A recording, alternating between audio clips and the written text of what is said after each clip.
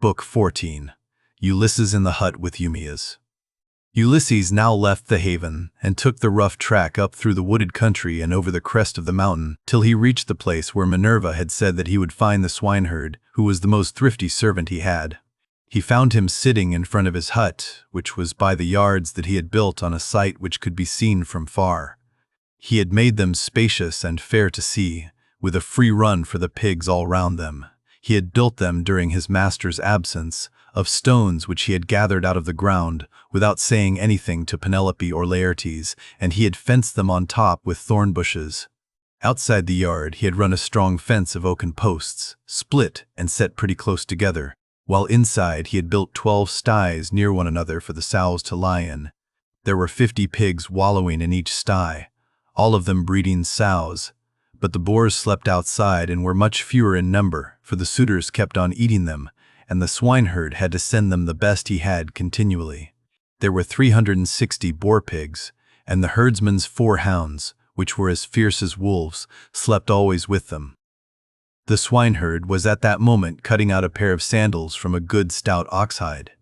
3 of his men were out herding the pigs in one place or another, and he had sent the 4th to town with a boar that he had been forced to send the suitors that they might sacrifice it and have their fill of meat.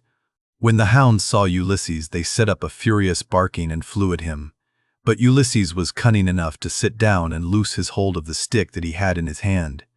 Still, he would have been torn by them in his own homestead, had not the swineherd dropped his oxhide, rushed full speed through the gate of the yard, and driven the dogs off by shouting and throwing stones at them.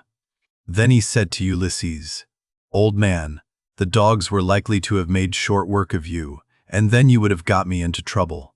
The gods have given me quite enough worries without that, for I have lost the best of masters, and am in continual grief on his account.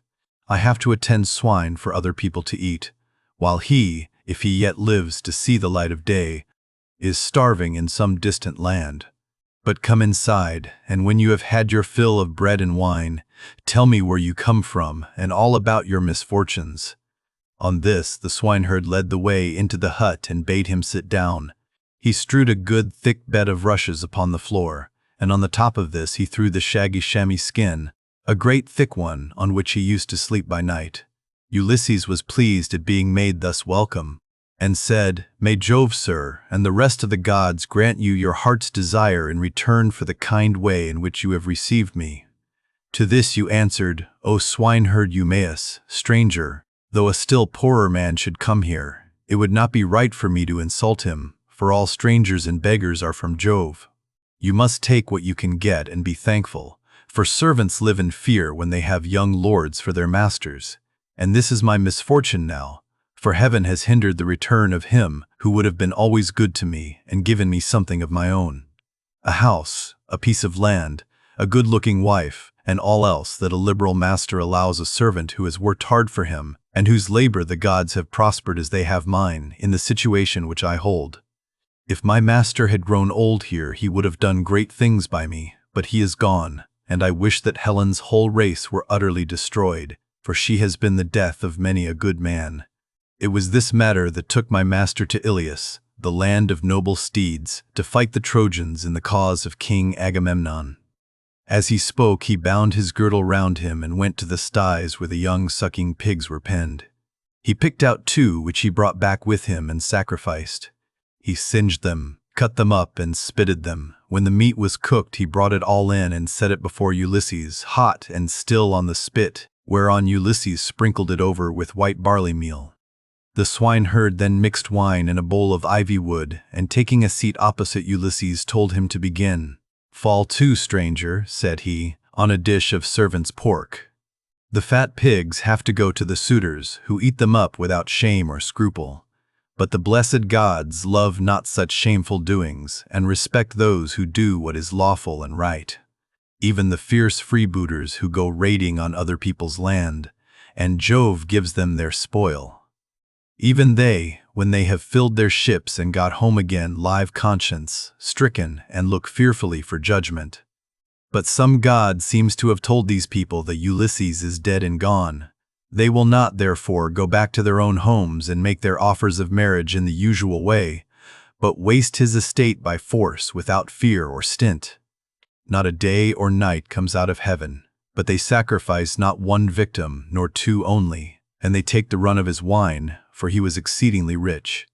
No other great man either in Ithaca or on the mainland is as rich as he was. He had as much as 20 men put together. I will tell you what he had. There are 12 herds of cattle upon the mainland, and as many flocks of sheep. There are also 12 droves of pigs, while his own men and hired strangers feed him 12 widely spreading herds of goats. Here in Ithaca he runs even large flocks of goats on the far end of the island, and they are in the charge of excellent goatherds.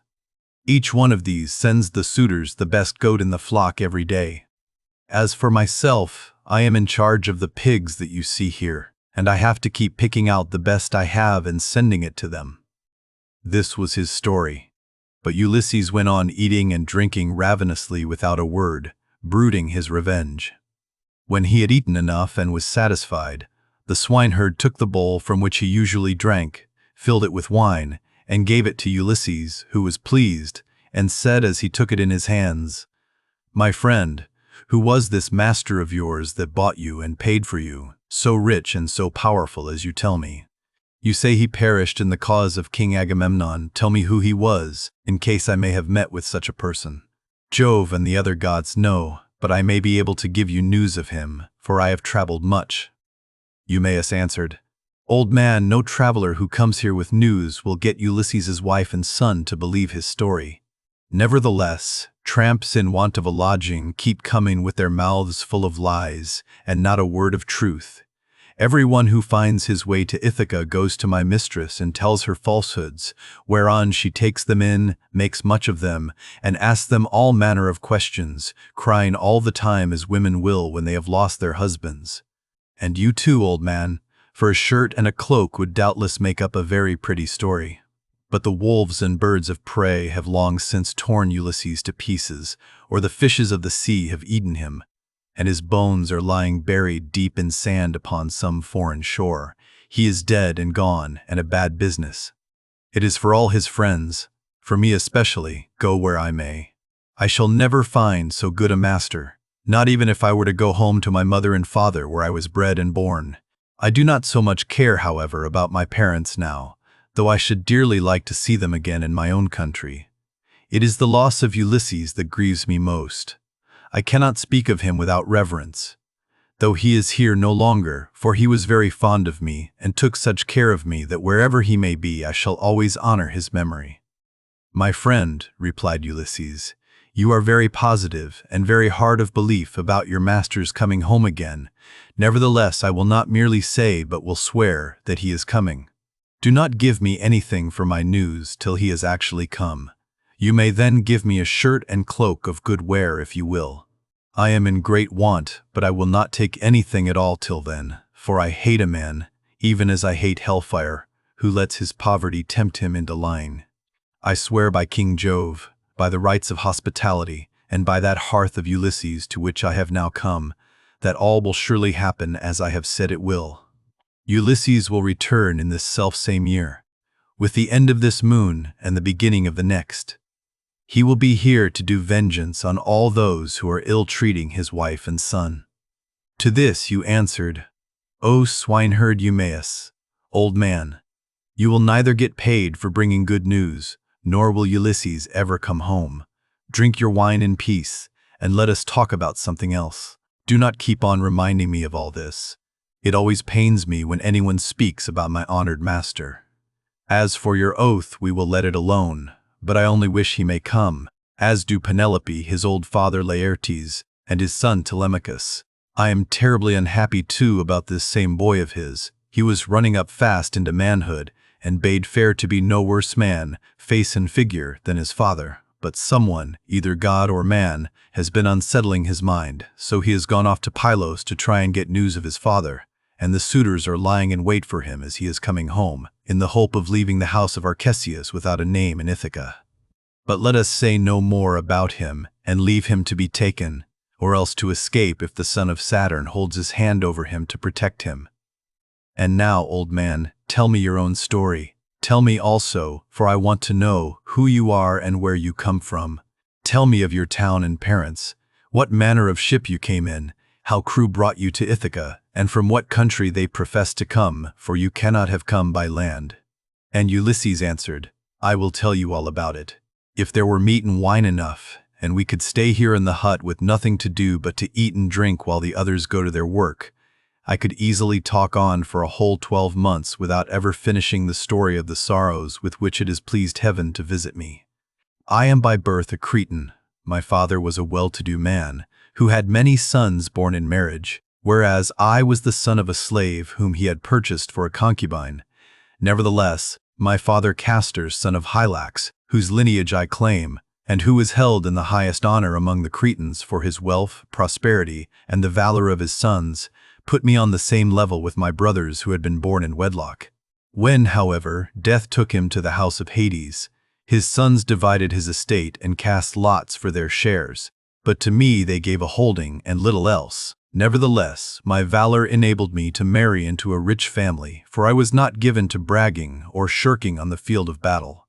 It is all over now, still. If you look at the straw you can see what the ear was, for I have had trouble enough and to spare.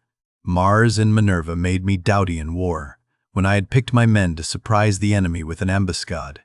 I never gave death so much as a thought, but was the first to leap forward and spear all whom I could overtake. Such was I in battle. But I did not care about farm work, nor the frugal home life of those who would bring up children. My delight was in ships, fighting, javelins, and arrows, things that most men shudder to think of, but one man likes one thing and another, and this was what I was most naturally inclined to. Before the Achaeans went to Troy, 9 times was I in command of men and ships on foreign service, and I amassed much wealth. I had my pick of the spoil in the first instance, and much more was allotted to me later on. My house grew apace, and I became a great man among the Cretans. But when Jove counseled that terrible expedition, in which so many perished, the people required me and Idomeneus to lead their ships to Troy, and there was no way out of it, for they insisted on our doing so. There we fought for 9 whole years, but in the 10th we sacked the city of Priam and sailed home again as heaven dispersed us. Then it was that Jove devised evil against me. I spent but 1 month happily with my children, wife, and property, and then I conceived the idea of making a descent on Egypt, so I fitted out a fine fleet and manned it. I had 9 ships, and the people flocked to fill them. For 6 days I and my men made feast, and I found them many victims, both for sacrifice to the gods and for themselves. But on the 7th day we went on board and set sail from Crete with a fair north wind behind us, though we were going down a river. Nothing went ill with any of our ships, and we had no sickness on board, but sat where we were and let the ships go as the wind and steersman took them. On the 5th day we reached the river Aegyptus. There I stationed my ships in the river, bidding my men stay by them and keep guard over them while I sent out scouts to reconnoiter from every point of vantage. But the men disobeyed my orders, took to their own devices, and ravaged the land of the Egyptians, killing the men, and taking their wives and children captive. The alarm was soon carried to the city, and when they heard the war cry, the people came out at daybreak till the plain was filled with horsemen and foot soldiers, and with the gleam of armor. Then Jove spread panic among my men, and they would no longer face the enemy, for they found themselves surrounded. The Egyptians killed many of us, and took the rest alive to do forced labor for them. Jove, however, put it in my mind to do thus, and I wish I had died then and there in Egypt instead, for there was much sorrow in store for me. I took off my helmet and shield and dropped my spear from my hand. Then I went straight up to the king's chariot, clasped his knees and kissed them, whereon he spared my life, bade me get into his chariot, and took me weeping to his own home. Many made at me with their ashen spears and tried to kill me in their fury, but the king protected me, for he feared the wrath of Jove, the protector of strangers, who punishes those who do evil. I stayed there for 7 years and got together much money among the Egyptians, for they all gave me something. But when it was now going on for 8 years, there came a certain Phoenician, a cunning rascal who had already committed all sorts of villainy, and this man talked me over into going with him to Phoenicia, where his house and his possessions lay. I stayed there for a whole 12 months, but at the end of that time, when months and days had gone by till the same season had come round again, He set me on board a ship bound for Libya, on a pretense that I was to take a cargo along with him to that place, but really that he might sell me as a slave and take the money I fetched. I suspected his intention, but went on board with him, for I could not help it. The ship ran before a fresh north wind till we had reached the sea that lies between Crete and Libya. There, however, Jove counseled their destruction, for as soon as we were well out from Crete and could see nothing but sea and sky, he raised a black cloud over our ship, and the sea grew dark beneath it. Then Jove let fly with his thunderbolts, and the ship went round and round, and was filled with fire and brimstone as the lightning struck it. The men fell all into the sea. They were carried about in the water round the ship looking like so many seagulls, but the god presently deprived them of all chance of getting home again. I was all dismayed. Jove, however, sent the ship's mast within my reach, which saved my life, for I clung to it, and drifted before the fury of the gale. 9 days did I drift, but in the darkness of the 10th night, a great wave bore me on to the Thesprotian coast. There Phidon, king of the Thesprotians, entertained me hospitably without charging me anything at all, for his son found me when I was nearly dead with cold and fatigue, whereon he raised me by the hand, took me to his father's house, and gave me clothes to wear. There it was that I heard news of Ulysses, for the king told me he had entertained him, and shown him much hospitality while he was on his homeward journey. He showed me also the treasure of gold and wrought iron that Ulysses had got together. There was enough to keep his family for 10 generations, so much had he left in the house of King Phidon. But the king said Ulysses had gone to Dodona, that he might learn Jove's mind from the god's high oak tree, and know whether after so long an absence he should return to Ithaca openly or in secret. Moreover, the king swore in my presence, making drink offerings in his own house as he did so, that the ship was by the waterside, and the crew found, that should take him to his own country.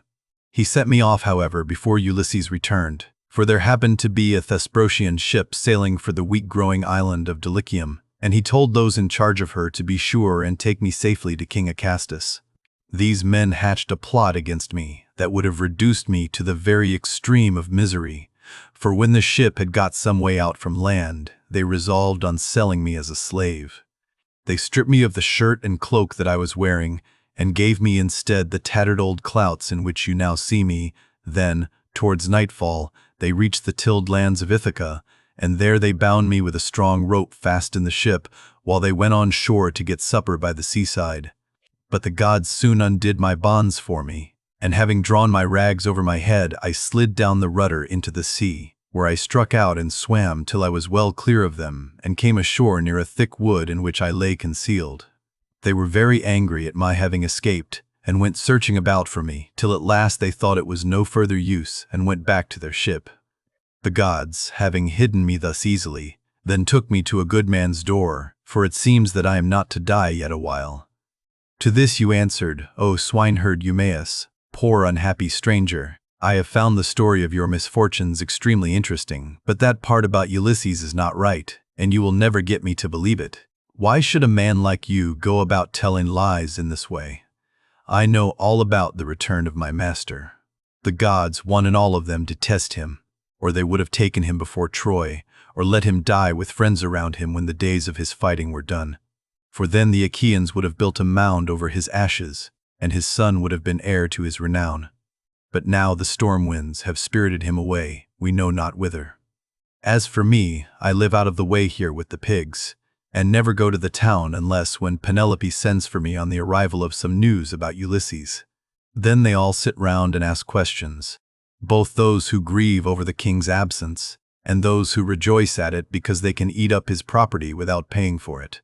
For my own part, I have never cared about asking anyone else since the time when I was taken in by an Aetolian who had killed a man and come a long way till at last he reached my station, and I was very kind to him.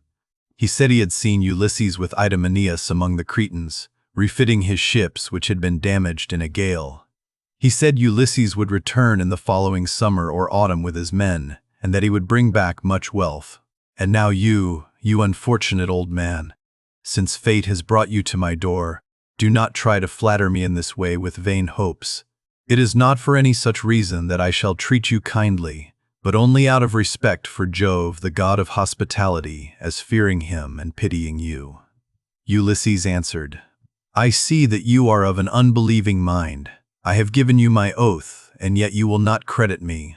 Let us then make a bargain, and call all the gods in heaven to witness it. If your master comes home, give me a cloak and shirt of good wear, and send me to Dulichium where I want to go. But if he does not come, as I say he will, set your men on to me, and tell them to throw me from yonder precipice, as a warning to tramps not to go about the country telling lies." "And a pretty figure I should cut then," replied EUMAEUS, "both now and hereafter, if I were to kill you after receiving you into my hut and showing you hospitality. I should have to say my prayers in good earnest if I did. But it is just supper time, and I hope my men will come in directly, that we may cook something savory for supper." Thus did they converse, and presently the swineherds came up with the pigs, which were then shut up for the night in their sties, and a tremendous squealing they made as they were being driven into them. But EUMAEUS called to his men and said, "Bring in the best pig you have, that I may sacrifice him for this stranger, and we will take toll of him ourselves. We have had trouble enough this long time feeding pigs, while others reap the fruit of our labor." On this he began chopping firewood, while the others brought in a fine fat 5-year-old boar pig and set it at the altar. EUMAEUS did not forget the gods, for he was a man of good principles. So the first thing he did was to cut bristles from the pig's face and throw them into the fire, praying to all the gods as he did so that Ulysses might return home again. Then he clubbed the pig with a billet of oak which he had kept back when he was chopping the firewood, and stunned it, while the others slaughtered and singed it. Then they cut it up, and EUMAEUS began by putting raw pieces from each joint onto some of the fat. These he sprinkled with barley meal, and laid upon the embers. They cut the rest of the meat up small, put the pieces upon the spits, and roasted them till they were done. When they had taken them off the spits, they threw them onto the dresser in a heap. The swineherd, who was a most equitable man, then stood up to give everyone his share. He made 7 portions. One of these he set apart for Mercury, the son of Maia, and the nymphs, praying to them as he did so. The others he dealt out to the men man by man. He gave Ulysses some slices cut lengthways down the loin as a mark of especial honor, and Ulysses was much pleased. "I hope, EUMAEUS," said he, "that Jove will be as well disposed towards you as I am, for the respect you are showing to an outcast like myself." To this you answered, "O swineherd EUMAEUS, eat, my good fellow, and enjoy your supper, such as it is. God grants this, and withholds that, just as he thinks right, for he can do whatever he chooses." As he spoke, he cut off the first piece and offered it as a burnt sacrifice to the immortal gods. Then he made them a drink offering, put the cup in the hands of Ulysses, and sat down to his own portion. Mesaulius brought them their bread. The swineherd had brought this man on his own account from among the Taphians during his master's absence, and had paid for him with his own money without saying anything, either to his mistress or Laertes. They then laid their hands upon the good things that were before them, and when they had had enough to eat and drink, Mesaulius took away what was left of the bread, and they all went to bed after having made a hearty supper. Now the night came on stormy and very dark, for there was no moon. It poured without ceasing, and the wind blew strong from the west, which is a wet quarter. So Ulysses thought he would see whether EUMAEUS, in the excellent care he took of him, would take off his own cloak and give it him, or make one of his men give him one. "Listen to me," said he, "EUMAEUS and the rest of you. When I have said a prayer I will tell you something. It is the wine that makes me talk in this way. Wine will make even a wise man fall to singing.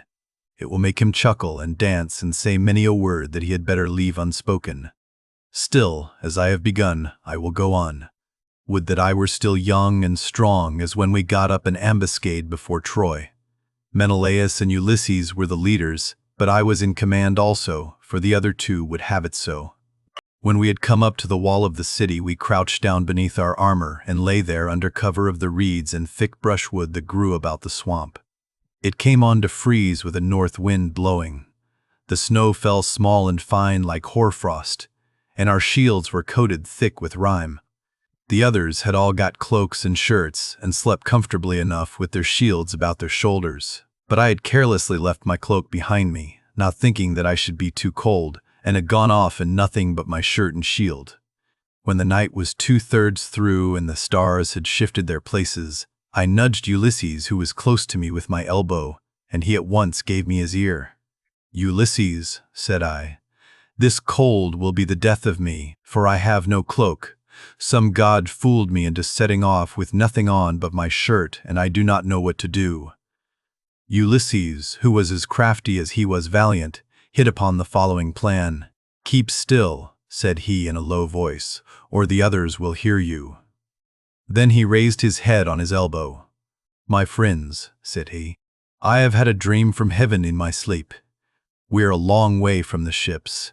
I wish someone would go down and tell Agamemnon to send us up more men at once." On this, Thoas, son of Andromon, threw off his cloak and set out running to the ships, whereon I took the cloak and lay in it comfortably enough till morning. Would that I were still young and strong as I was in those days, for then some one of you swineherds would give me a cloak both out of good will and for the respect due to a brave soldier. But now people look down upon me because my clothes are shabby. And EUMAEUS answered, "Old man, you have told us an excellent story, and have said nothing so far but what is quite satisfactory. For the present, therefore, you shall want neither clothing nor anything else that a stranger in distress may reasonably expect, but tomorrow morning you have to shake your own old rags about your body again, for we have not many spare cloaks nor shirts up here, but every man has only one. When Ulysses' son comes home again, he will give you both cloak and shirt, and send you wherever you may want to go." With this he got up and made a bed for Ulysses by throwing some goat skins and sheepskins on the ground in front of the fire. Here Ulysses lay down, and EUMAEUS covered him over with a great heavy cloak that he kept for a change in case of extraordinarily bad weather. Thus did Ulysses sleep, and the young men slept beside him. But the swineherd did not like sleeping away from his pigs, so he got ready to go outside, and Ulysses was glad to see that he looked after his property during his master's absence. First he slung his sword over his brawny shoulders and put on a thick cloak to keep out the wind. He also took the skin of a large and well-fed goat and a javelin in case of attack from men or dogs. Thus equipped, he went to his rest where the pigs were camping under an overhanging rock that gave them shelter from the north wind.